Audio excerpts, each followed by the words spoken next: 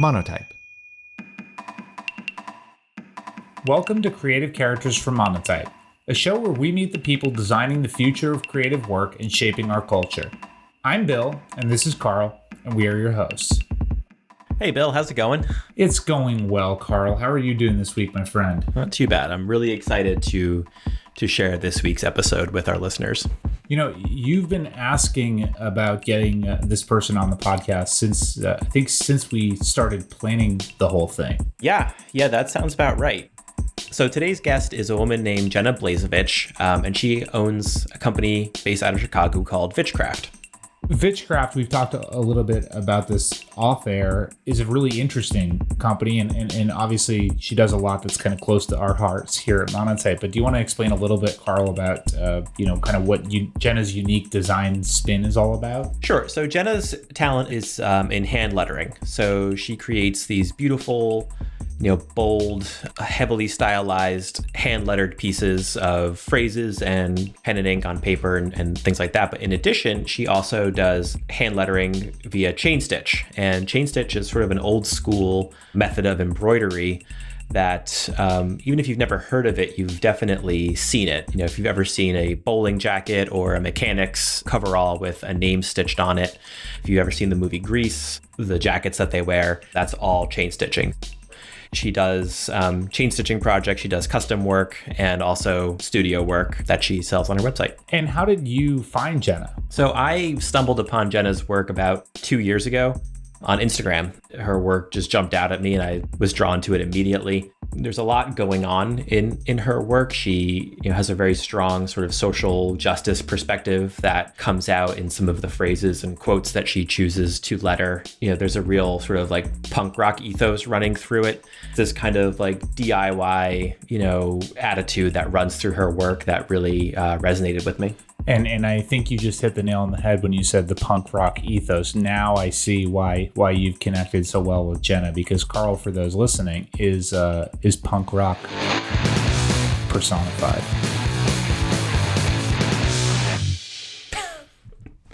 Yeah, I think I'm a little bit less punk than she is, because I'm more of the aging punk rock dad at this stage, but the style and the point of view that she expresses really connected with me. So awesome. And I think that's a great place to transition. Jenna is somebody who has brilliant work and work that has something to say.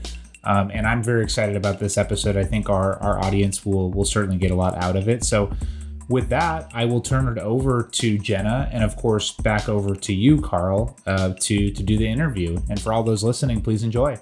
Take care, everybody.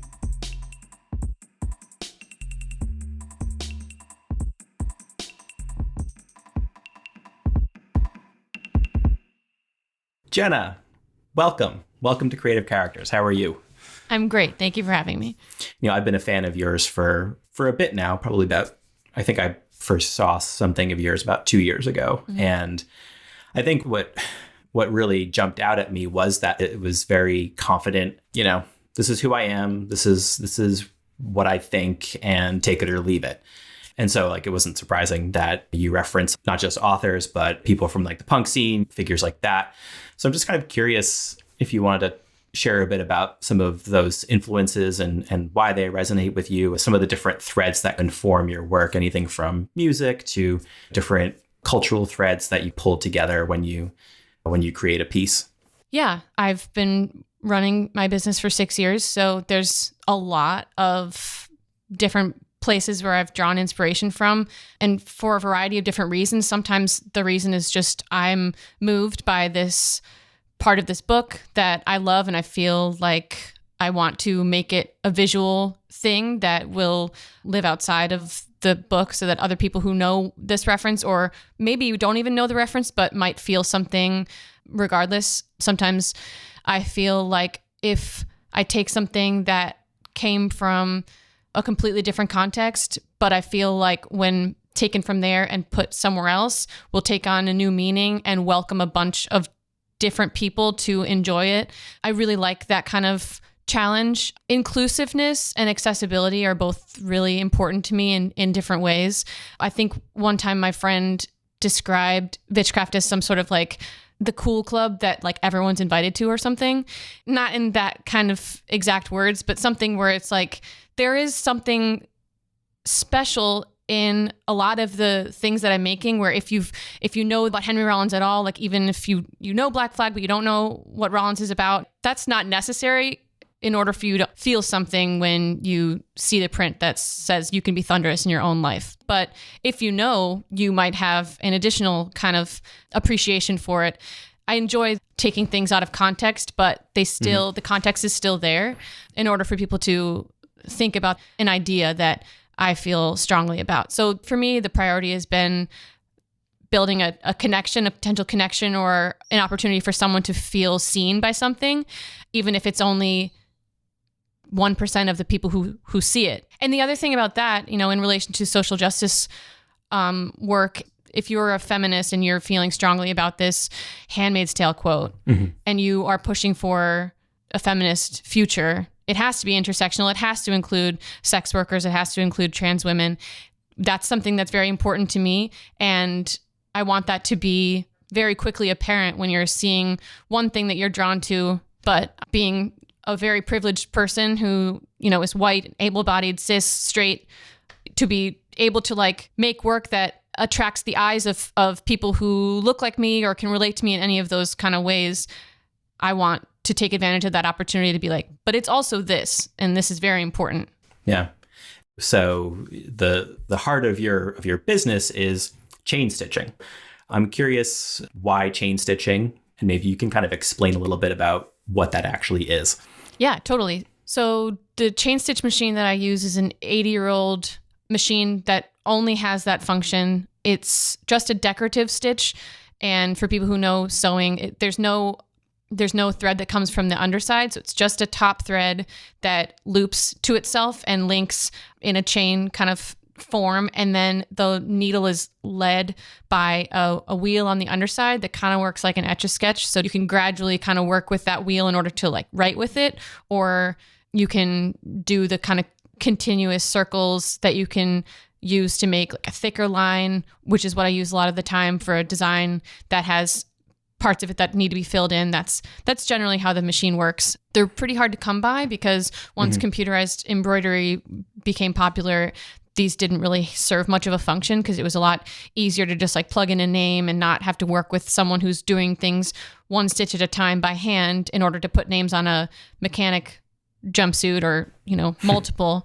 So there are a handful of people who have restored them. And I would say, over the last 10, 15 years, there's been a resurgence of interest with them, just like with a lot of things, letterpress and vinyl and things that are more like tactile and have more of a connection to the maker.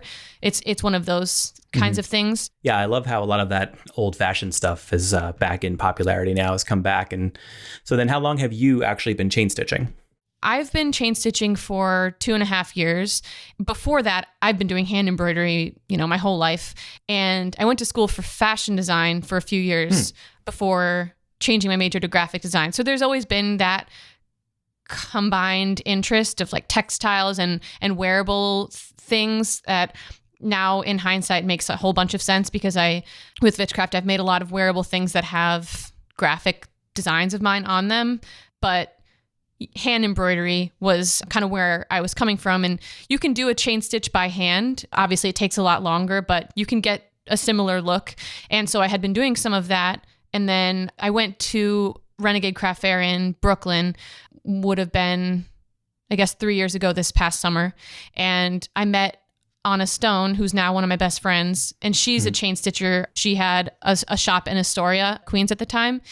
And she is just an incredibly generous and kind, very interesting person, and just was like very forthcoming with like, do you want to try it? Because she knew of my work, I should say. She came up to me and knew of my work, and she made me something with my design on it.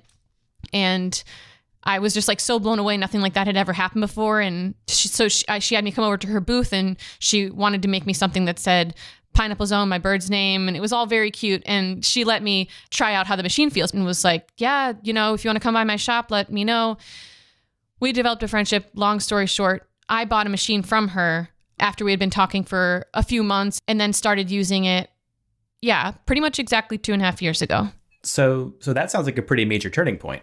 It really changed a lot of what I do for my job. I realized that, like, much like what you said, if you started following me like 2 years ago or something, you would probably think that that's like a huge part of what I do and maybe even what I started doing my business with. But I still try and have it be a mix of there's my products and there's screen prints and risograph prints and branding and installations. But chain stitch is such an interesting niche thing that once people see that that's part of what an artist is doing, it's like chain stitcher, which I am.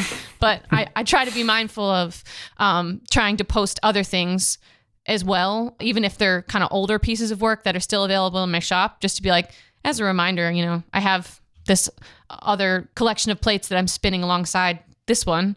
But it's super gratifying. It's very interesting to try and get good at something so specific and challenging. Yeah, and it's beautiful too. And full disclosure for people listening, we actually met earlier this year because we worked on a project together over the summer for my partner for her birthday. And when it finally came in the mail, I like just spent some time with it by myself, just kind of like looking at, there's texture and there's a layer of depth to it, like a vintage quality to it. Like it kind of reminds me of bowling jackets from the 70s and stuff. Yeah. And it's, you know, it's aligned just like with hand embroidery. I had made some hand embroidered banners the second year I was running my business. And it was a reinvention of this idea of women in the Victorian era doing hand embroidered banners in their home. And the whole idea was, what if these samplers that they sent away for were not quotes that said like Jesus bless this home, but rather quotes that were from women identified people at the time who wouldn't have had any way of having their voice amplified or heard at the very least. And like, what if those were the quotes that they were painstakingly stitching over multiple hours? And what if that was the way that they were connecting with one another and feeling seen and heard? That project I did, I guess that would have been 2016, because the craft of hand embroidery, it does have a rich and interesting history, just like a lot of different forms of handcraft, as far as like what was valued as art and what wasn't because of who was doing it. And so it's something that's still aligned with a lot of what I'm interested in kind of like teasing apart and thinking about with my business, but in a much more expedited way. And you know what's funny? So the quote that Carl had me do was from The Life Aquatic. And the first thing that I ever hand embroidered for someone was my sophomore year of high school. And it was just the Team Zissou S on a sweater for my friend for his Halloween costume. I texted him when I was making yours to be like, isn't this funny? Because this is what I did in 2005 or whatever it would have been as my first commission of embroidery. Wow. So you really caught the bug as a teenager pretty much. Yeah. I used to make my own clothes in high school. And before that, my mom taught me how to sew. It became more interesting to me to buy things from the thrift store and then alter them and do that kind of like tailoring DIY thing to have things be more personalized, with also having embroidery on them. Like I made some like fake band merch for bands, like whether I didn't like their merch or they just didn't have any because they were small, and making my own by doing like painting on fabrics, or hand embroidery was a big one. And it's a big reason why I went to school for fashion, is because I was modifying my own clothes and like made my prom dress and stuff. But I didn't understand what the fashion industry was actually going to entail and what that would be like as far as a job search. And also the economy crashed the year I graduated high school. So yeah. So once I went to fashion school is when I was introduced to graphic design and in printmaking. I didn't know about any of that stuff because I didn't take any art classes in high school. I was one of those that was like, I have to do AP classes. I have to do language and stuff, and art. I'm not going to go to school for art. And then I did, but kind of in a backwards way that ended up being pretty expensive because I had changed my major and changed schools. But anyways, yeah, it was from really far back that customizing clothes and rethinking wearables as far as like being able to make a statement with them. That's like a constant as far as I can remember, really. So what you're talking about is something I've been thinking about a lot. I have a son who is 9, and I find that a lot of people will ask me, what do you think he's going to do when he grows up? And to me, like, the question is silly because he's 9. But it also kind of made me think, right around this age, you start to develop interests and passions, and you start to realize that, hey, maybe I'm good at this thing, whether it's art or science or sports or singing or whatever. But when does that recognition turn into something more than just something to do for fun and become something that you can see yourself maybe doing? Mm-hmm. And so I'm just kind of curious, like, when did you start to think that maybe you might be able to do something with this interest and this passion as an adult? Was it early? Was it later in your teenage years? When did that flip kind of happen for you? I would say later, because I had that time where I felt so certain that I was going to pursue fashion and go in that direction. And then once I did learn about other routes that people had taken that were of interest to me, that's very out of character for me to like completely change my mind. And at the time it was pretty disorienting. I'm very grateful that I did it, because there was also the option to kind of push forward in fashion and learn about modifying textiles and do, screen printing and things like that, like outside of college, and just finish how I had started. I'm very glad that I didn't do that.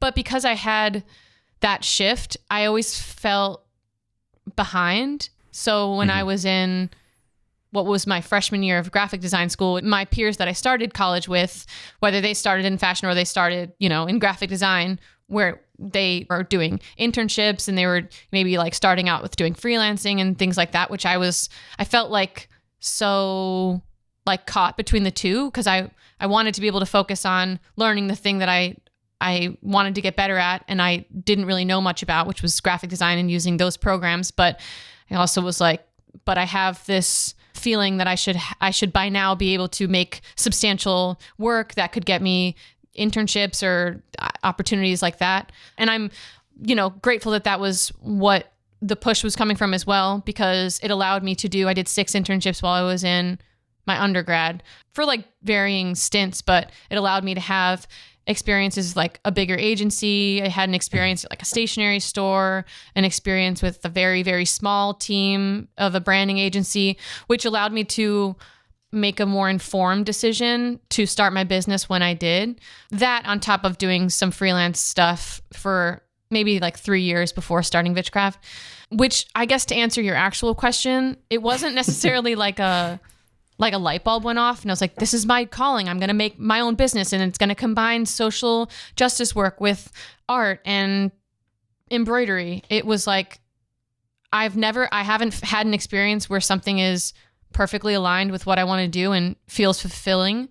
I also did work at my dream job for 3 months before I started my business. And that was like very confusing, but also validating to be like, if this isn't making me feel like I thought it was going to make me feel, perhaps I have to start my own business and be in control of what I do and don't do in order to feel like I'm actually fulfilled and I'm able to make moves that I'm proud of and feel passionate about. So it was like an organic process, really, where I was like taking on small things that allowed me to gain more confidence, because there's no one in my family that is like an entrepreneur or anyone that I could kind of look at and be like, that's what I'll do. It was like, I guess I'm kind of already doing that. And I'm glad that I did when I did, because I could have easily convinced myself that I was too young or that I didn't have enough experience, because I was and I didn't, but it's fine because I figured it out while I was doing it.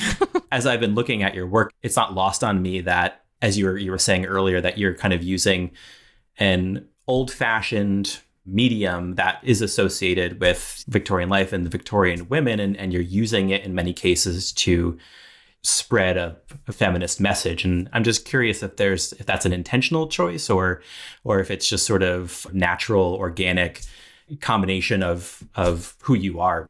I think some of the things that I chose to do and chose to make in the first year of running my business have served as like jumping off points for things that I've delved further into.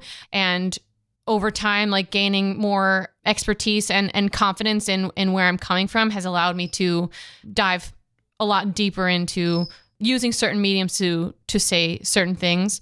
So in that way, it's intentional, but maybe coming from a place of like kind of throwing spaghetti at the wall, but not in such a haphazard way, but a specific clump of spaghetti and throwing it.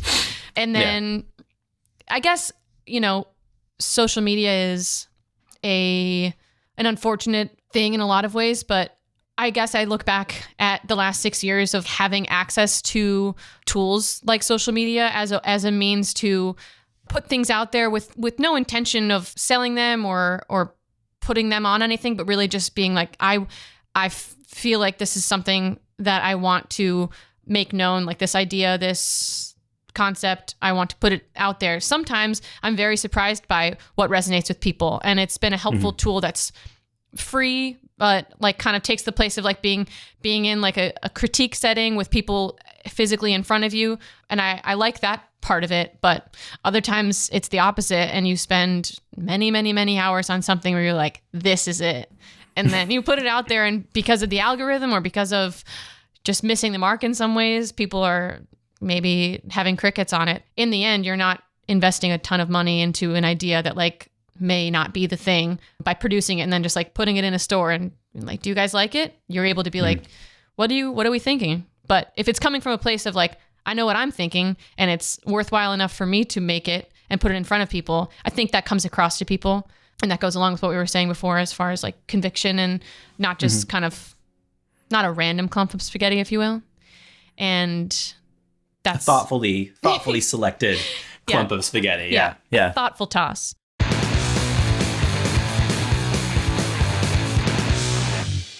I have to ask about the Malört. I looked it up. It sounds disgusting. It sounds like very Chicago in a kind of like hard Scrabble way.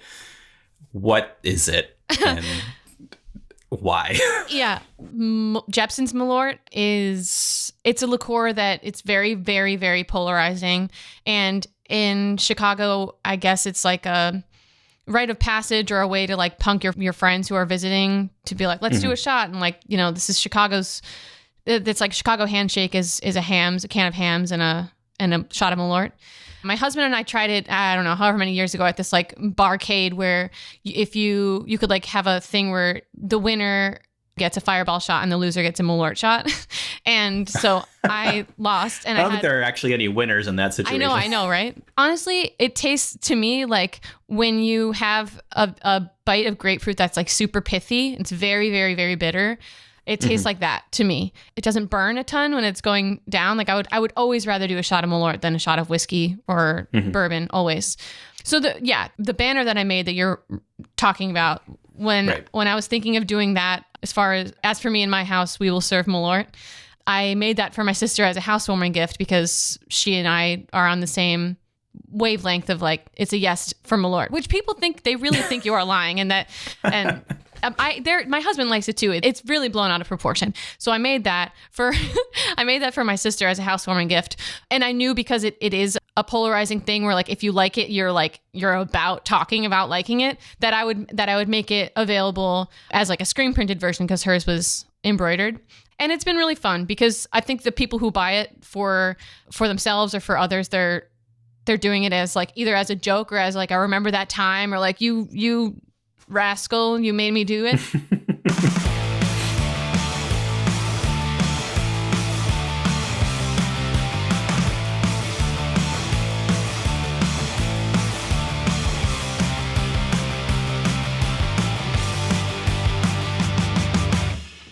The wildest possible outcome of the silliest thing that I've ever made, as for me in my house, we will serve Malört as like a screen printed version, was this summer. I don't know if anyone outside of Chicago would have heard about it because there was so much other stuff going on. But in April, this young woman was outside of a 7-Eleven in my neighborhood, and she was shot by a stray bullet, broad daylight, just early part of the pandemic. It was horrible, like to think of the timing for her family and everyone to try and deal with that while everything else was just completely chaotic.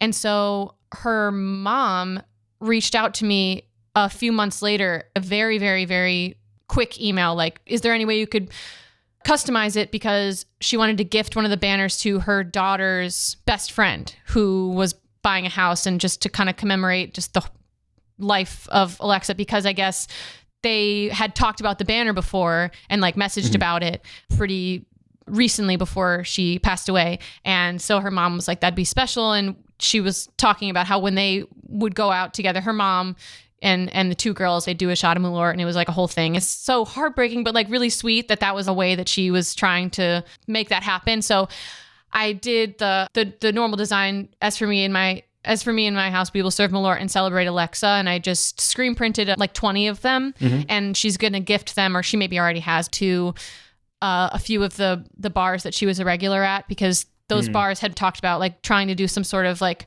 a get together to memorialize her once people can go anywhere. But all of that is to say, the result of it was like this really, really special connection with this grieving woman who saw that as something that she wanted to do something special like that with.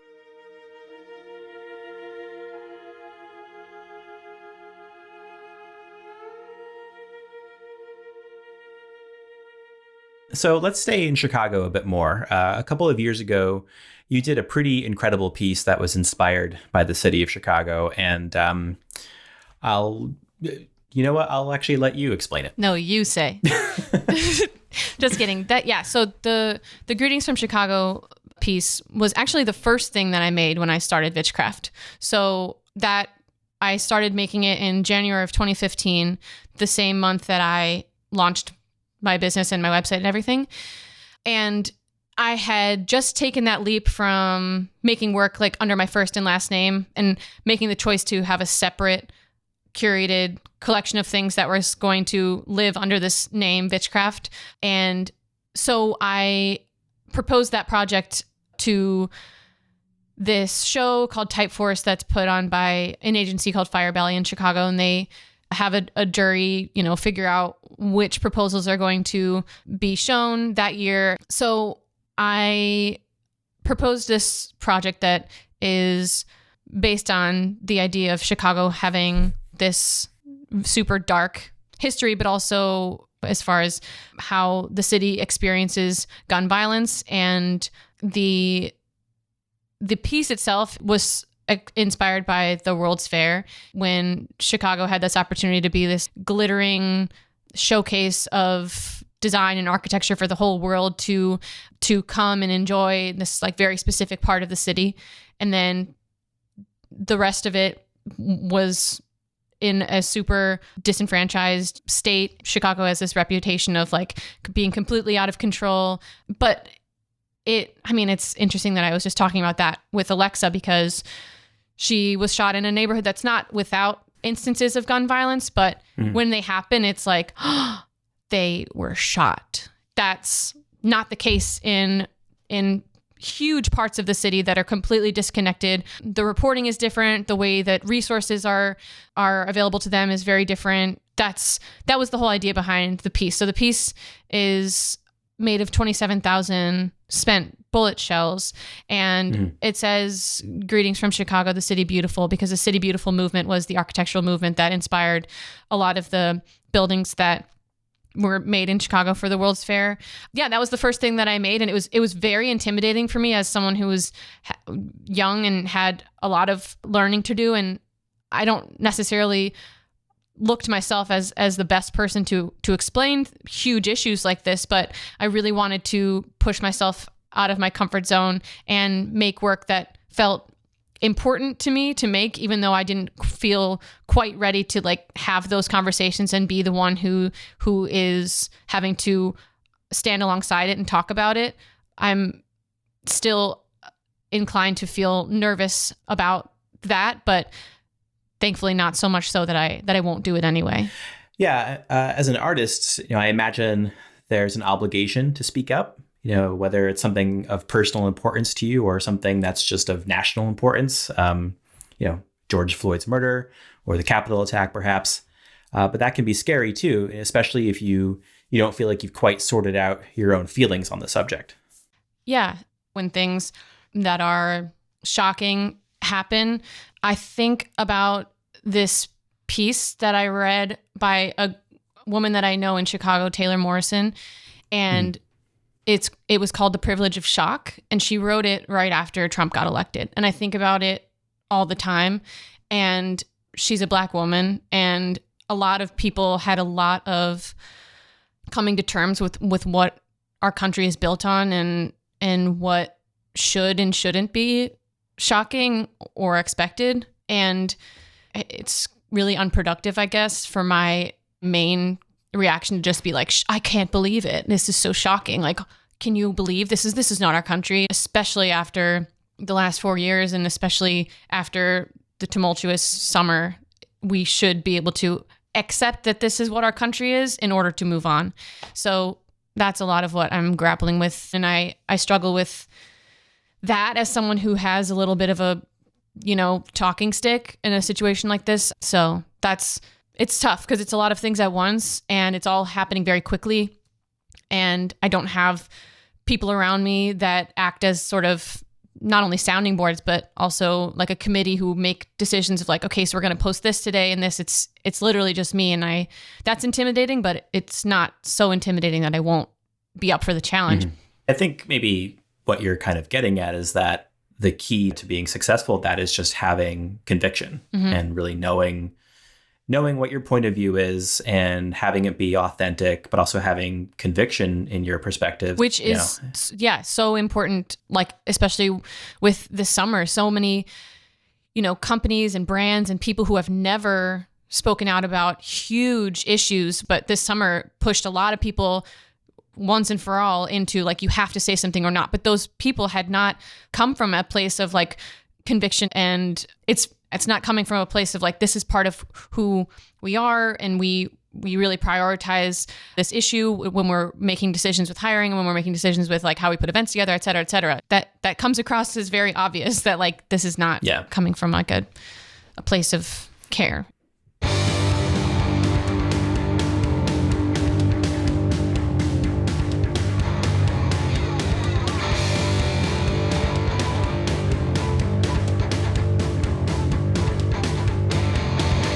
I am curious about your actual lettering process. Looking through your portfolio, there's, I would say, like a half a dozen distinct lettering styles that you work in, and they range from the scripts that you would find on like an old bowling jacket to much more sturdy kind of serif style letters. So I'm just curious, what's your process for kind of matching a style to a message or to a piece, and then your literal drawing process? Like, what do you use? What do you draw with?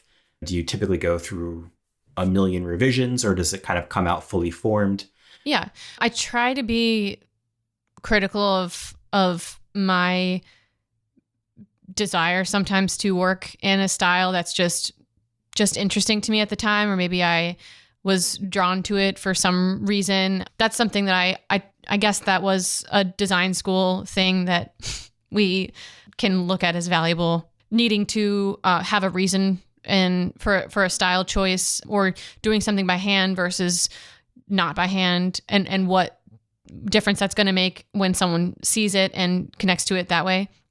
I almost always draw stuff by hand unless I have, assets or whatever that I've used before that have been vectorized already and can be like tossed into something. The idea behind my shop in the first place was so that I would have an outlet where I could try different lettering styles that I wouldn't necessarily be asked to use by a client because maybe that wasn't like popular at that time, or because they didn't see it in my portfolio elsewhere, so they wouldn't know to ask me to do it. So that was a big driving force behind me making my shop, is so that I could not only talk about topics that I was passionate about, and then there could be a little bit more of my personal interests in my work, but also choose styles that I think were a good fit for those, but maybe a little bit outside of my comfort zone or outside of what I had done before. It's not exactly your question, but the stained glass that I made 2 winters ago is like an interesting example of intention and style coming from a place of intention and reason, because I really wanted to make something out of stained glass, and I'd only made a couple of small pieces before, and I was asked to contribute work to that same show that I made the bullet piece for, but it was the 10th anniversary show where they asked past participants to do a special piece for it. And I really wanted that to be the medium, but all the ideas that I came up with as far as concepts and wording were like it just seemed like it was just going to be a thing where like, oh yeah, Jenna just wanted to make stained glass. And so she made this word out of stained glass. And trying to like be critical of that is hard when you're like someone who's creative and like kind of maybe has the tendency to just be like narrow-minded, like barrel forward on this idea. So once I thought of immaculate contraception being the wording and then creating the style that would strengthen that message and use the medium thoughtfully, that's my favorite kind of thing. And, you know, when it's like a print or a branding project or things, it should be that same thought process, but maybe just a little bit pared down. Mm-hmm. Yeah. Yeah, that piece is very striking. I was following on social media or on your Instagram, the saga of trying to find a place for it when you moved this summer. Yeah. So I hope it's safe. I hope it's safe somewhere. Yeah, it's in this vintage store in my neighborhood that some friends of mine run. It looks really cool. It's very different than the way that it looked in my like black studio. So like the peachy tones of it kind of come out more because their walls are like kind of orange, and it's happy right now. I like to think. So last question, what's your vision for 2021 creatively as a business owner? Do you have a plan of attack for this year, or are you just going to kind of take it as it comes? It's hard because a wrench was thrown in everyone's plans in different ways. So it's very, very challenging to try and get excited about, you know, a new year and possibilities. Because I'm like, I don't know, will that be the thing, or will I just disappoint myself further by making a plan for something and then having it get squashed and then feel even more discouraged? So the things that I'm allowing myself to be excited about are the things that feel like they can happen. Okay. And so there'll be a series of 18 by 24 chain stitch banners that the first one is designed by me, but then the rest of them throughout the year, one per month, will be designed by friends of mine, other artists and designers that I look up to who have agreed to supply a design to me that I will then chain stitch and sew into a banner, and then we'll be raffling them off, and 100% of the proceeds we raise through the raffle will go to the nonprofit of the designer's choice. And I'm really excited because there are so few ways to actually work on things together and collaborate with people, obviously with all the limitations that are in place. But as a creative person in general, like for better or for worse, I usually just think of projects through the lens of like what I can accomplish myself. So I'm really excited that this is going to involve so many other talented people and also involve what they care about. And I'm trying to facilitate that with what skills I have, and then use all of the money that's raised to reinvest into the organizations that are doing really important work. And so it'll be the last week of every month. I'm really excited about it. Yeah. And so if people want to check that out, they should go to your Instagram page? Yeah, I'll post about it on my Instagram, but there will also be a section of my site that will have nice photos of all of them and a link to the raffle, which will just be, I did 3 raffles this summer in the same format. So it was $10 a raffle ticket, and you just buy as many as you want, as if it's a product in my shop. And then I had my birds pick the winner. It was chaos. I'm not doing that again. Well, Jenna, it's been lovely talking to you. Thank you so much for coming on the show and for your time today. Yeah, same. It was really nice to meet you, to finally meet you in person and talk after being in touch over the course of the past year. So this was great. And, all the best to you in 2021. Thank you. Same to you. I really appreciate it.